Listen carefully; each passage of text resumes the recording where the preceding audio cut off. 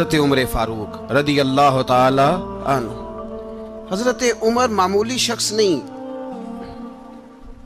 معمولی آدمی نہیں۔ کچھ لوگ صدیوں کے بعد پیدا ہوتے ہیں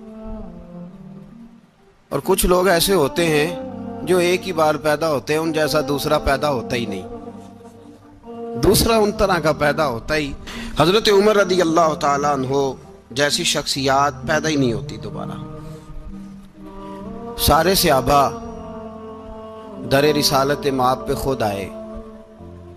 یہ وہ عظیم شخص ہے جسے اللہ کے محبوب نے اللہ سے مانگ کے لیا، کہا اے اللہ یہ مجھے دے دے، اللہ سے مانگ کے لیا ہے۔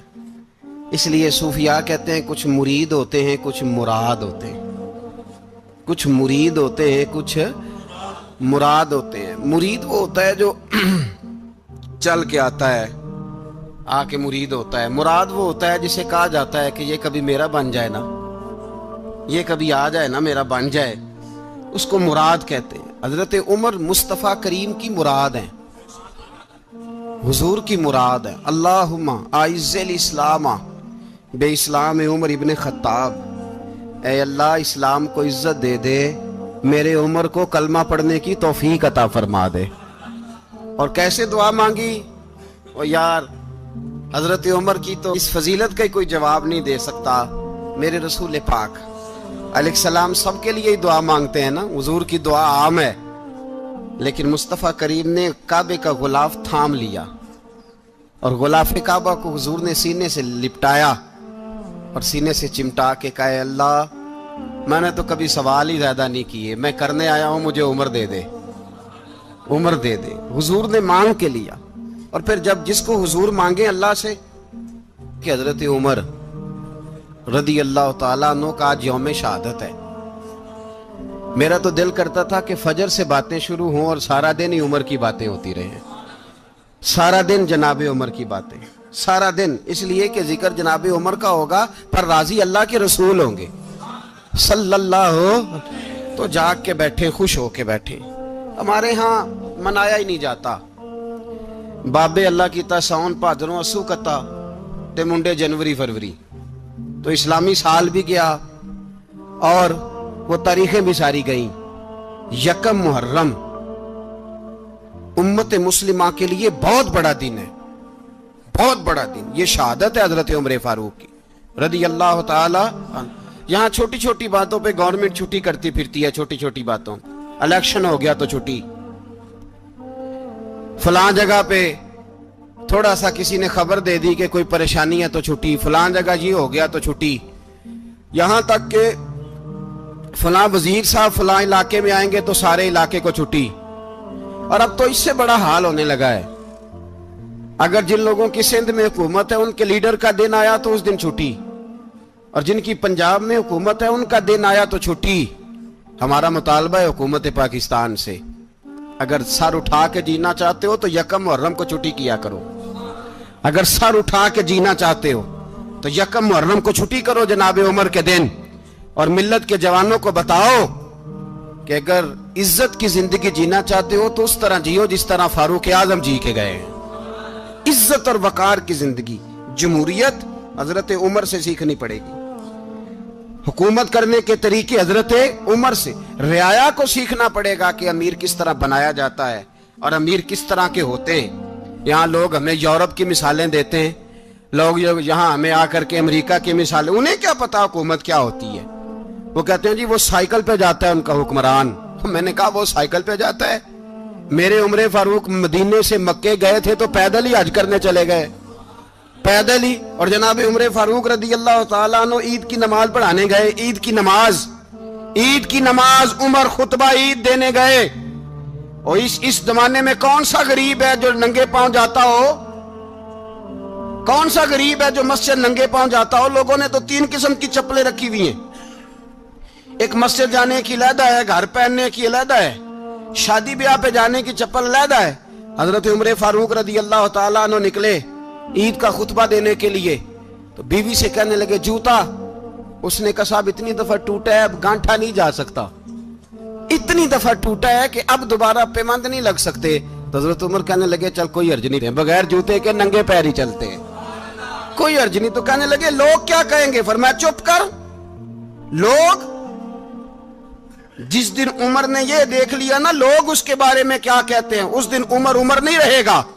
تو کہا پھر آپ کا نظریہ کیا ہے؟ فرمایا میرا نظریہ یہ ہے کہ رب رسول میرے بارے میں کیا کہتے ہیں، لوگوں کا کیا ہے؟ لوگ کل کسی کے بارے میں کچھ کہتے ہیں اور پرسوں کچھ کہتے ہیں، میرا نظریہ یہ ہے کہ رب رسول میرے بارے میں ننگے پیر عمر جا رہے ہیں۔ کون جی؟ میں بڑا ماڑا۔ اچھا جناب، کیا غربت ہے؟ 10 قسم کے جوڑے لٹکے ہوئے ہیں کمرے میں، اور پہننے کی فرصت نہیں، سویرے کیا پہننا ہے، شام کیا پہننا ہے، 15 سوٹ کٹھے استری ہو کے لانڈری والا بھیج رہا ہے، اور تو غریب ہے، تو بہت بڑا غریب ہے۔ اس لیے کہ غربت پیسوں کی وجہ سے نہیں ہوتی، غربت تو دل کی ہوتی ہے۔ تو واقعی بڑا غریب ہے اور تو غریب ہی رہے گا۔ امیر تو عمر فاروق تھے جو ننگے پاؤں چلے گئے عید کی نماز پڑھانے، تو رستے میں جو ملا کہنے لگا عمر جوتا تو پہن لو۔ فرمایا تمہیں عمر کا جوتا نہ پہننے کا نقص تو نظر آیا ہے، کوئی حرج نہیں، اگر عمر کو کبھی بتانا ہوا تو وہ والا نقص بتانا جو عمر کی سیرت میں پیدا ہو، کردار میں پیدا ہو، وہ والا نقص بتانا، یہ چھوڑو جوتے آتے جاتے رہتے۔ ننگے پاؤں گئے، پاؤں دھوئے، نماز پڑھائی، لوٹ آئے۔ او بھائی یہاں تو ہمارا بناؤ سنگار اترنا، جتنی توجہ کپڑوں کی طرف ہے اتنی توجہ کبھی ہماری علم کی طرف ہوتی نا، جتنا ذوق شوق ہمارا بناؤ سنگار کی جانب ہے، اتنا بناؤ سنگار کبھی ہمارا اخلاقیات کی جانب ہوتا تو معاملات بڑی حد تک سنورے ہوئے ہوتے۔ حضرت سیدنا فاروق اعظم رضی اللہ تعالی اپنی زندگی کو ترتیب دیا۔ ایک دن بھی خلافت نہیں مانگی اللہ سے۔ حضرت عوف بن مالک اشجعی ایک صحابی ہیں، حضرت عوف بن مالک رضی اللہ تعالیٰ عنہ فرماتے ہیں کہ جناب ابو بکر صدیق کا زمانہ تھا تو میں نے خواب دیکھا، میں نے خواب میں جناب عمر کو دیکھا، اور میں نے دیکھا کہ کوئی کہنے والا کہہ رہا ہے کہ عمر وہ ہے کہ اللہ کے رستے میں کوئی اسے جتنا مرضی برا بھلا کہے یہ پرواہ نہیں کرتا۔ کس کے رستے میں؟ بولے سارے۔ اس کا مطلب ہے اللہ کے رستے میں لوگ برا بھلا بھی، قرآن مجید نے کہا وَلَا يَخَافُونَ لَوْمَةَ لَائِمٍ، کچھ لوگ ایسے ہیں جو برا بھلا کہنے والوں کی پرواہ نہیں کرتے۔ آپ یقین کریں اگر پرواہ شروع ہو جائے نا تو دین کا کام ختم ہو جائے، نہ کوئی تقریر کرے، نہ کوئی تدریس کرے، نہ کوئی پیری مریدی کرے، ختم ہو جائے اگر باتوں کی پرواہ ہو۔ لیکن وہ پرواہ، حضرت عوف بن مالک اشجعی کہتے ہیں میں نے خواب میں دیکھا کہ عمر وہ ہے جو کسی کی پرواہ، اور دوسری بات میں نے یہ دیکھی کہ عمر خلیفہ بنے گا، اور تیسری بات میں نے خواب میں یہ دیکھی کہ عمر شہید بھی کیا جائے گا، عمر شہید بھی ہوگا۔ یہ میں نے 3 باتیں خواب میں دیکھی۔ فرماتے ہیں میں نے آ کے خواب حضرت ابو بکر صدیق کو سنائی، وہ خلیفہ تھے۔ وہ کہنے لگے ٹھہر جا، میں عمر کو بلاتا ہوں، اس کے سامنے دوبارہ سنانا، اس کے سامنے۔ فرماتے ہیں میں نے بلایا حضرت عمر فاروق کو، آ کے بیٹھے، خواب شروع ہوا۔ کا ایک بات تو میں نے یہ دیکھی کہ آپ ملامت کرنے والے کی پرواہ نہیں کرتے، دوسرا آپ خلیفہ بنے گے۔ جناب عمر کہنے لگے چپ کر، ابو بکر کے سامنے ہی کہہ رہا ہے، چپ کر، خلیفہ کے سامنے ہی کہہ رہا ہے۔ تو حضرت ابو بکر صدیق کہنے لگے عمر اسے کہنے دو، مجھے لگتا ہے رب کی رضا یہی ہے کہ میرے بعد اگر مصطفیٰ کا منبر ملے تو عمر کو ملے، اسے کہنے دو۔ یار یہاں تو لوگ ڈینگے مارتے ہیں، یہاں تو لوگ دعوے کرتے ہیں، میرے سامنے فلانے کو بھی بٹھاؤ، فلانے کو بھی بٹھاؤ، اس کو کیا پتا، اس کو کیا پتا، یہ تو بڑکے مارنے کا دور ہے۔ حضرت عمر رضی اللہ تعالیٰ عنہ کو تیسری بات کہی، حضرت عوف بن مالک نے کہا آپ شہید کیے جائیں گے، میں نے خواب دیکھی ہے۔ نیک لوگوں کے خواب بڑی حد تک سچے ہوتے ہیں۔ کہا میں نے خواب دیکھی ہے۔ تو حضرت عمر کہنے لگے شہید تو دلیر لوگ ہوتے ہیں، شہید تو دلیر، جسے سارا زمانہ دلیر کہہ رہا ہے وہ اپنے بارے میں کیا کہہ رہا ہے؟ کہتے ہیں شہید تو دلیر، میں تو کاہل سا آدمی ہوں، سست آدمی ہوں، میں تو اتنا کام ہی نہیں کرتا، تو یہ خواب تو نے جو دیکھا ہے نا پھر سے دیکھنا۔ تو ابو بکر صدیق فرمانے لگے عاجزی نہ کر، انکساری نہ کر، تو جو کہہ رہا ہے ٹھیک کہہ رہا ہے، لیکن مجھے سن کے شکر بھی ہوا ہے اور افسوس بھی ہوا ہے۔ افسوس اس بات کا کہ تیرے جیسا بطل عظیم چلا جائے گا، اور شکر اس بات کا کہ رب تجھے زندگی بھی اعزاز والی دے گا، اور شہادت کی موت دے کے اللہ تجھے موت بھی عزت والی عطا فرمائے گا. اللہ موت بھی تجھے عزت والی دے گا, تجھے کاہلوں جیسی موت اللہ. حضرت فاروق اعظم رضی اللہ. بھائی یہاں تو اس زمانے کا سب سے بڑا مسئلہ پروٹوکول ہے. لوگوں پتہ ہوتا ہے کامل پیر ہے, کامل مرشد ہے, لوگ نہیں جاتے. میں کسی کا مرید ہو جاؤں, میرا پروٹوکول کدھر گیا؟ پتہ ہوتا ہے یہ کامل استاد ہے, میں اس کے پاس بیٹھوں گا تو میری تربیت کرے گا, لیکن لوگ شاگرد نہیں بنتے. میں کدھر گئی؟ یہ جو پروٹوکول کی مصیبت ہے نا, اس نے بڑے بڑے لوگ زیرو کر دیے, بڑے بڑے لوگ. اور یہ مت سمجھے کہ آپ کا وزیر اعظم پروٹوکول لیتا ہے یا آپ کا صدر پروٹوکول, وزراء, ایسی کوئی بات نہیں. ہم چھوٹے طبقے سے لے کر بڑے سارے پروٹوکول کے قائل ہیں. ہمارا تو داماد بھی کہتا ہے کہ مجھے پوچھا نہیں, میں تمہارے گھر کیوں آؤں. ہمارا تو بھائی ہر شخص اعلان کرتا ہے پروٹوکول کا, فلانے نے عزت نہیں دی تو واپس آ جاؤ, فلانے نے سلوٹ نہیں کیا تو واپس آ جاؤ. لوگ جہاں سلوٹ کرنا چاہیے وہاں بھی سلوٹ کرانے کے قائل ہیں. پر حضرت عمر رضی اللہ تعالی, حضرت عمر کی سادگی اور پھر جناب عمر کی عاجزی, جب انسان اپنے اوپر سوار کر لیتا ہے نا, سوار کر لیتا ہے, میں بدکار پرانا خادم, کسے در ملی نی ٹوئی, اتے واصف یار نے نظر جو کیتی تے واصف ہی. میں اکثر سوچتا ہوں حضور نے جہاں بھی کہا نا, فرمایا میرے بعد نبی ہوتے تو خطاب کے بیٹے عمر ہوتے. حضور نے فرمایا عمر جس رستے سے جاتا ہے شیطان وہ رستہ بدل جاتا ہے. نبی پاک صلی اللہ علیہ وسلم نے فرمایا میرا عمر وہ ہے کہ اس کی زبان پر حق جاری ہے. حضور علیہ السلام نے فرمایا 950 سال حضرت جبریل میرے عمر کی شان بیان کریں تو ان کی عظمت ختم نہیں ہوتی. 950 سال جبریل عظمت بیان کرے تو ختم نہیں ہوتی. یہ بات ہے حضرت عمر کی.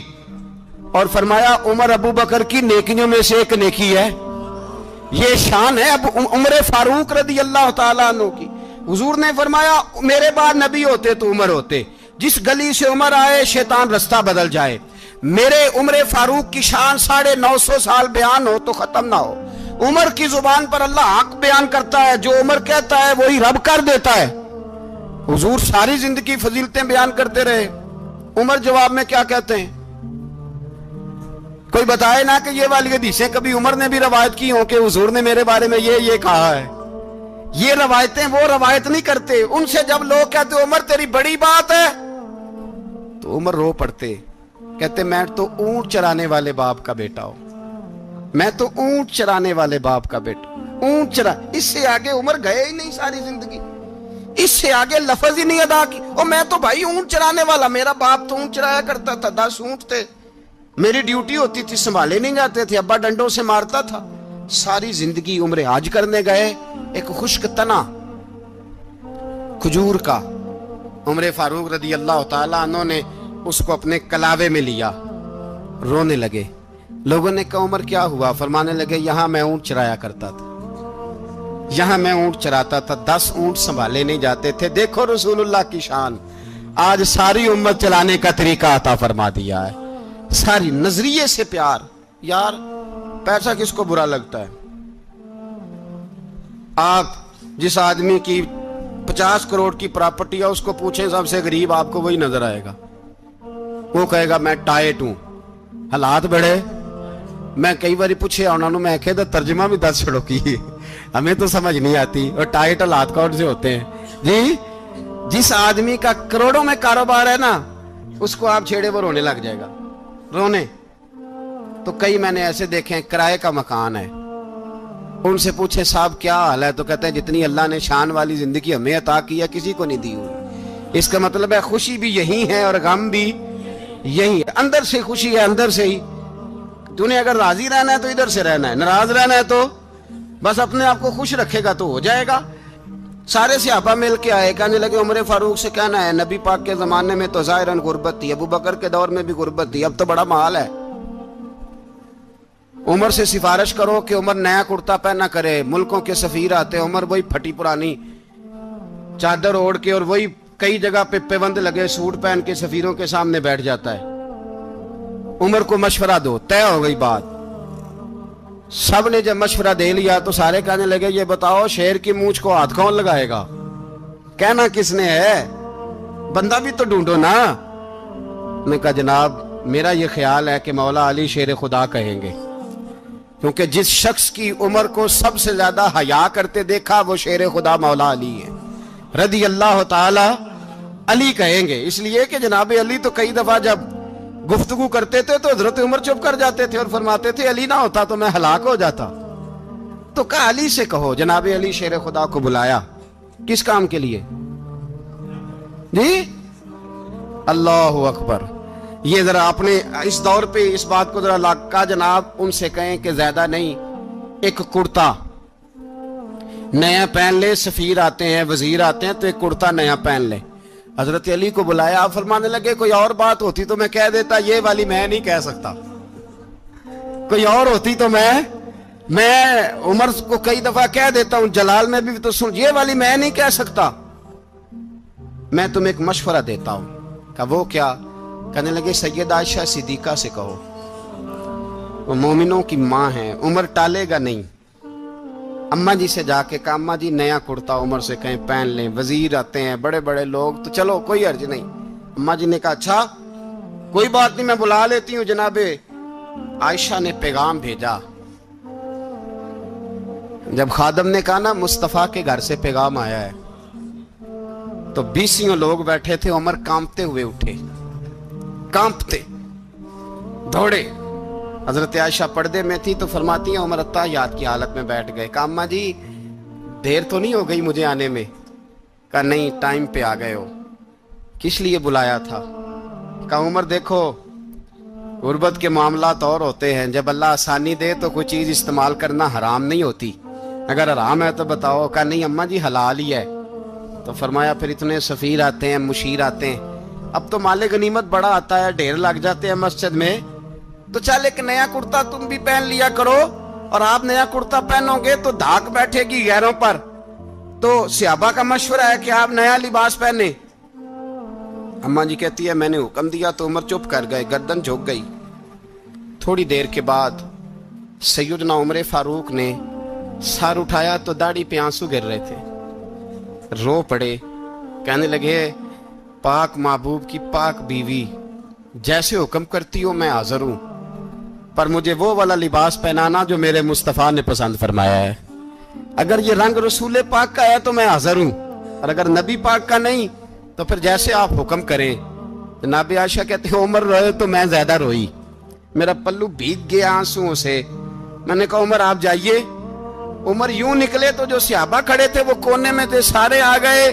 کہا اماں جی کیا بناؤ؟ فرمایا بھائی تم سب جو باتیں کہتے ہو وہ اپنی جگہ ٹھیک ہیں، پر عمر جو بات کرتا ہے وہ سب سے زیادہ ٹھیک ہے۔ عمر جس پہلو پر بات کرتا ہے وہ یار ایسی عاجزی، ایسا رنگ، ایسا انداز، ایسا طرز حیات، ایسی زندگی۔ اولاد کے معاملے میں لوگ بزدل ہو جاتے ہیں، بزدل، پر حضرت عمر کا بیٹا مصر گیا، وہاں سے کمائی کر کے لایا، تجارت کرنے گیا، لاکھوں کا مال۔ کون سا باپ ہے دنیا میں جس کا بیٹا باہر سے پیسے لے کے آئے تو ابا تفصیل پوچھے کہ بیٹا کہاں سے کمائے، کہاں سے لایا، کتنے ملے، کیوں آئے؟ کون سا باپ تفصیل پوچھتا ہے؟ ابا تو کہتا ہے لا صحیح، اور تعریفیں کرتا ہے میرا بیٹا بڑی کمائی کرتا ہے۔ کبھی پوچھا ہے اس سے کہ ڈیوٹی صحیح دیتا ہے کہ نہیں؟ کبھی پوچھا ہے کہ تو ایمانداری کی روزی لاتا ہے کہ حرام کی کماتا ہے؟ یہ باپ کی ذمہ داری ہے، یہ اماں کی ذمہ داری ہے۔ پھر کہتا ہے بیماری کیسے آ گئی، پریشانی کیسے آ گئی؟ تو نے کبھی سوال کیا اپنی اولاد سے؟ حضرت عمر فاروق رضی اللہ تعالیٰ عنہ کا بیٹا مصر سے پیسے کما کے لایا تو جناب عمر نے بلایا، فرمایا بیٹے اتنی تو تیرے پاس راس ہی نہیں تھی، تھوڑے سے تو پیسے لے کے گیا تھا، اتنی کمائی کیسے ہو گئی؟ اتنے تو پیسے نہیں تھے صاحب، کہاں سے کمائی لائے؟ اس نے کہا ابا جی وہ جو میرے چچا ہے نا مصر کے گورنر، آپ کے دوست، انہوں نے میری مدد کی ہے۔ فرمایا جتنے لوگ گئے تھے سب کی ہے مدد اس نے؟ کہا نہیں صرف میری کی۔ فرمایا تیری کیوں کی؟ تیری کیوں کی؟ کہا حضور آپ کے دوست ہیں۔ فرمایا چپ کر، حضور انہوں نے مجھے اتنے پیسے دیے، میں نے کاروبار میں ڈالے تو نفع آیا تو میں ان کی رقم دے کے۔ فرمایا خاموش ہو جا، باقی جتنے لوگ گئے تھے سب کی مدد کی اس نے؟ کہا نہیں حضور صرف میری کی۔ فرمایا اس نے تیری مدد نہیں کی، اس نے خلیفہ کے بیٹے کی مدد کی، اس لیے کہ وہ خلیفہ کو اپنے حق میں نرم کر سکے۔ فرمایا آدھا مال تیرا ہے، آدھا مال غنیمت کا ہے، مال خزانہ کا ہے، مسلمانوں کا ہے، اس لیے کہ تو جو وہاں سے مال کما کے لایا ہے وہ اپنے باپ کے خلیفہ ہونے کی وجہ سے کما کے لایا ہے، لہذا رکھ ادھر۔ یہاں کہتے ہیں کدھر سے آیا، کیسے آیا، کون سا حساب دیں، کیا کریں؟ او بھائی حضرت عمر رضی اللہ تعالیٰ عنہ کا اپنی اولاد کے بارے میں یہ رنگ ہے۔ ایک جنگ سے نا خوشبو آئی، خوشبو بڑی مہنگی ہوتی تھی، عرب میں خوشبو آج بھی بڑی مہنگی ہے، وہ زیادہ استعمال کرتے ہیں۔ میری باتوں کی سمجھ آ رہی ہے میرے بھائی؟ بڑی مہنگی خوشبو تھی۔ جب وہ خوشبو آئی تو حضرت عمر نے کہا، گھر میں پہلے پہنچی حضرت عمر کے، چونکہ زیادہ عورتیں استعمال کرتی تھی گھر کے اندر خوشبو، مرد بھی لگاتے تھے۔ حضرت عمر نے اپنی بیوی سے کہا، آپ کی زوجہ تو تھی وہ بڑی خوشبو کو پسند کرتی تھی۔ حضرت عمر نے اپنی زوجہ سے کہا کہ خوشبو لاؤ، میں نے ایک عورت کی ڈیوٹی لگائی ہے، وہ خوشبو تول کے نا تو حصہ برابر صحابہ میں بانٹ دے گی۔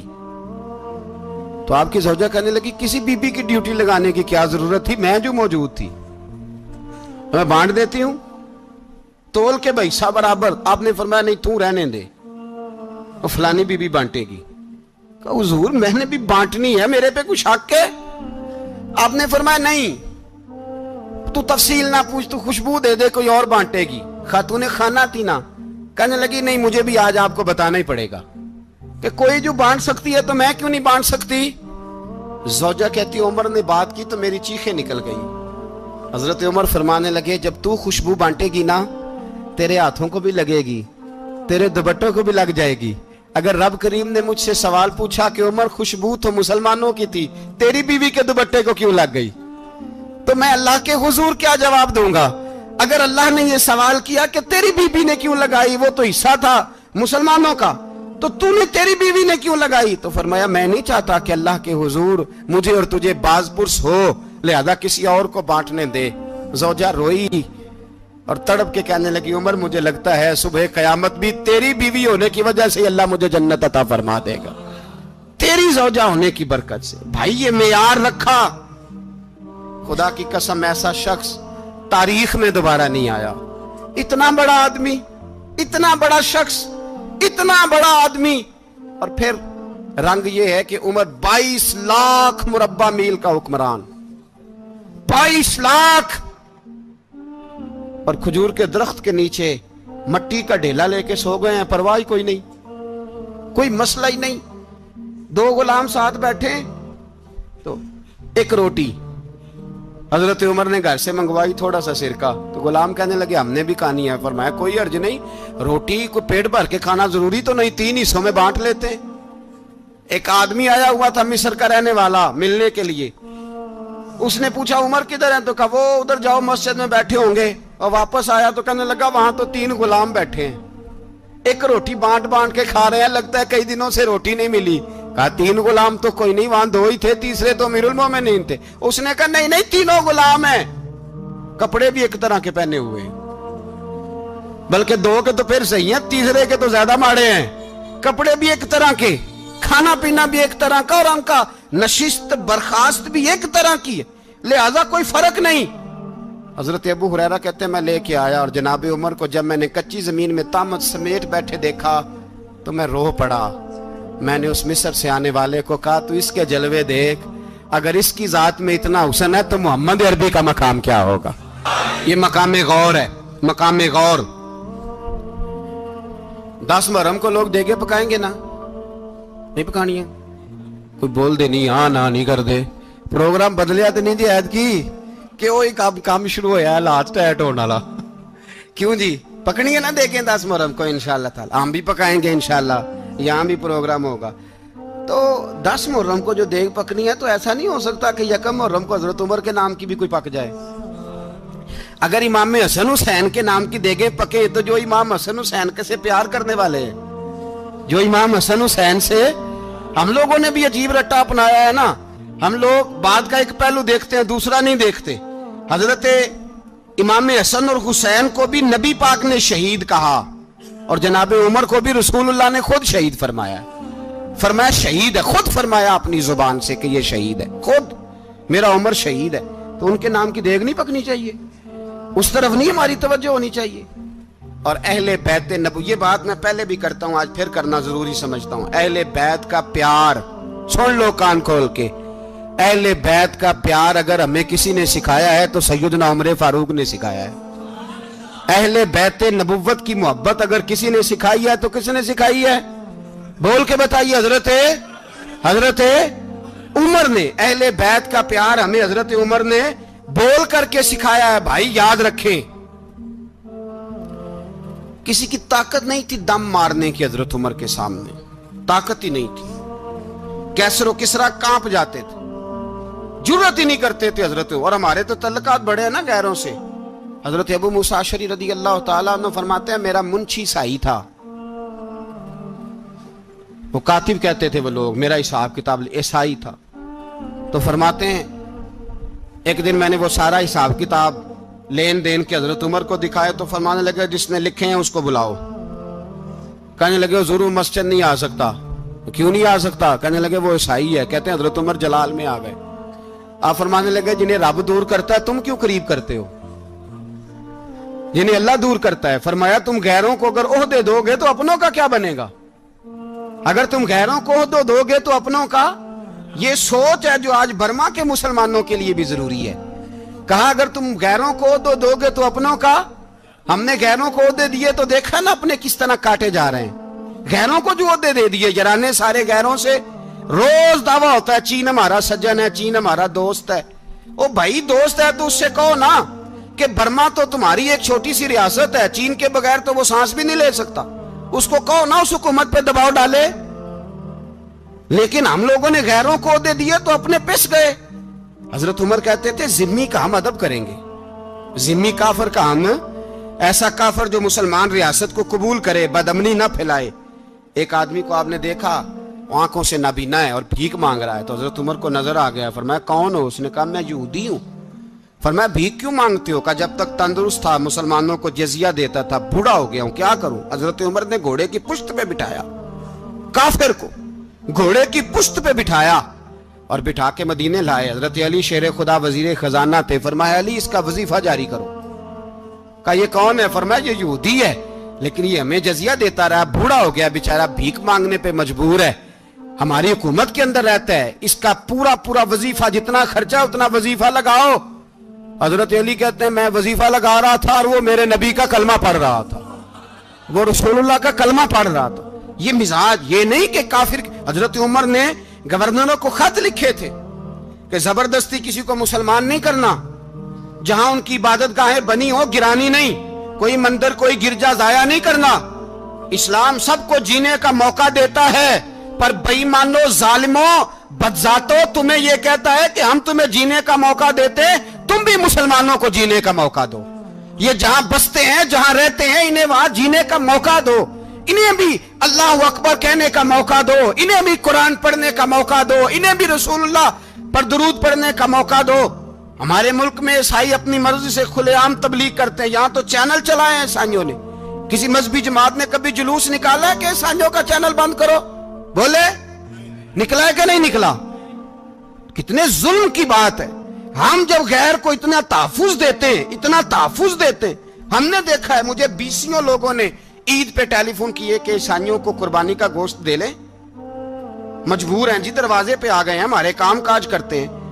بیسیوں لوگ، عام آدمی کے دل میں ان کا اتنا جذبہ ہے، وہ مسائل کا بیان کرنا ایک علیحدہ بات، لیکن ہمارے دل کافر کے حق میں بھی نرم ہو جاتے۔ تم کس قدر زیادہ بے ایمان ہو اور کفر کس قدر زیادہ ذلیل ہو گیا ہے کہ مسلمان کے حق میں نرم ہوتا ہی نہیں۔ اور اس سے بڑے ذلیل وہ ہیں جو ان ذلیلوں کے سپورٹر ہیں، وہ کسی عرب ملک کے حکمران ہو یا کسی اور جگہ کے، وہ بڑے ذلیل ہیں جو ان ذلیلوں کے سپورٹر ہیں، جو برما کی بچیوں کے قتل پر اپنی حکومتیں چمکا رہے ہیں، انہیں شرم نہیں آتی۔ اس قدر مسلمان تڑپا ہے لیکن ان بے غیرتوں کو ذرا ہوش نہیں آئی، اور یہ ان کے کماش، ان کے دلال جو ہر جگہ ان کی سپورٹ کر کے اپنی حکومتیں قائم کرتے ہیں، بے ایمانوں کو پتہ نہیں کہ کب ان پر اللہ کا عذاب اترے گا اور کس طرح ان کے پرخشے اڑیں گے۔ تمہیں اپنی ذلت اور رسوائی نظر نہیں آ رہی کہ زمین کس طرح تمہارے لیے تنگ ہو گئی ہے؟ اس سے زیادہ اور تمہاری رسوائی کیا ہوگی؟ ڈرو اللہ سے، اور یہ تو دنیا کا عذاب ہے. ان بطش ربک لشدید. میرا رب کہتا ہے قیامت تو قائم ہونے دے. اتنا سخت تیرے رب کی پکڑ ہے اتنی کسی دوسرے کی ہو سکتی؟ یاد رکھیں اور تھوڑا احتیاط کریں. ہم سب لوگ بھی جو ہم لوگ آدھی زبان بول کے بھی ان کی سپورٹ کرتے ہیں, اب شرم آنی چاہیے ہمیں ان حکومتوں کی سپورٹ کرتے جو مسلمانوں کی لاشوں کے اوپر حکومتیں قائم کرتے ہیں. شرم آنی چاہیے. بہرحال بات دور نکل جائے گی اور میں اپنے مضمون پہ رہتا ہوں. اہل بیت کا پیار اگر سکھایا ہے تو جناب عمر نے سکھایا ہے رضی اللہ تعالی عنہ. امام حسن ملنے, آپ یقین کریں میں جب اس واقعہ کو پڑھتا ہوں تو میرا دل جھوم جاتا ہے. میں کہتا ہوں یار ڈاڈا ہونا اپنی جگہ پہ, عشق ہونا اپنی جگہ پہ, انسان کا باوقار ہونا اپنی جگہ. جہاں کھڑے ہونا تھا وہاں یہ کھڑے ہوتے تھے اور جہاں جھکنا تھا وہاں یہ ان لوگوں میں اقبال نے کہا تھا تیری نگاہ ناز سے دونوں مراد پا گئے. عقل غیاب و جستجو, عشق حضور و اضطراب. جہاں اگر آیا ہے سامنے کیسر و کسرا تو عمر جیسا دلیر کوئی نہیں. اگر سامنے آیا ایران کا بادشاہ تو عمر جیسا تگڑا کوئی نہیں. اگر آیا ہے سامنے غسان کا بادشاہ تو عمر جیسا عادل کوئی نہیں. لیکن اگر علی کا بیٹا آیا ہے, اگر فاطمہ کے لال پارے آئے ہیں تو پھر فاروق اعظم سے جیسا محب کوئی نہیں, پھر ان سے جیسا پیار کرنے والا کوئی نہیں. اندر بیٹھے ہیں جناب عمر, اندر تنہائی میں کچھ وزیروں سے گفتگو ہو رہی ہے, میٹنگیں جاری ہیں. آپ کے بیٹے ملنے آئے جناب عبداللہ ابن عمر. ابا جی ملنے آئے. بات ٹھہرو, بات کر رہا ہوں, کوئی نہ اندر آئے. صاحبزادہ باہر کھڑا ہے. تھوڑی دیر گزری تو امام حسن بھی آ گئے. کون آئے؟ آپ کو جو ملے گا امام صاحب کا نام لینے سے, وہ سردار ہیں جنتیوں. کون آئے؟ سارے بولیے. امام حسن تیری نسل پاک میں ہے بچہ بچہ نور کا, تو ہے نے نور تیرا سب گھرانہ. امام حسن آئے تو حضرت عبداللہ ابن عمر کو دروازے پہ کھڑے دیکھا.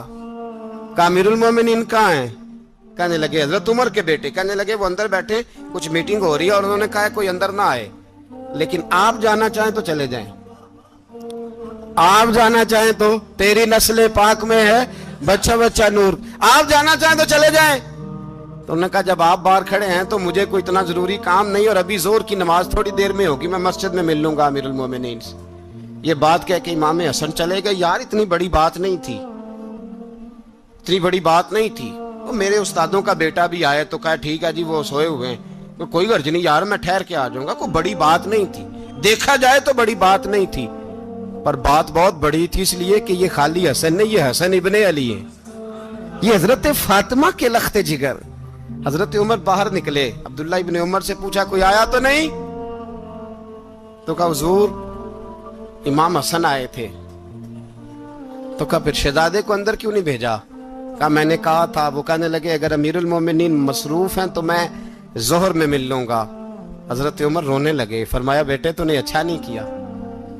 پھر مسجد نہیں گئے, سیدھے امام حسن کے دروازے دستک دی. امام حسن باہر آئے. کہا شہزادے آئے تھے تو ملے کیوں نہیں؟ تو امام حسن کہنے لگے حضور آپ کا اپنا بیٹا دروازے پہ کھڑا تھا, آپ کا اپنا بیٹا دروازے پہ کھڑا تھا, اور منع بھی کیا تھا آپ نے تو میں زور میں مل لیتا.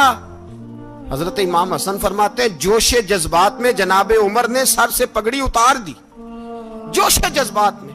کہنے لگے حسن میرے بیٹے کا اور آپ کا کیا مقابلہ؟ کیا اس کی ماں کا نام فاطمہ الزہرا ہے؟ کیا اس کی نانی کا نام ختیجۃ الکبریٰ ہے؟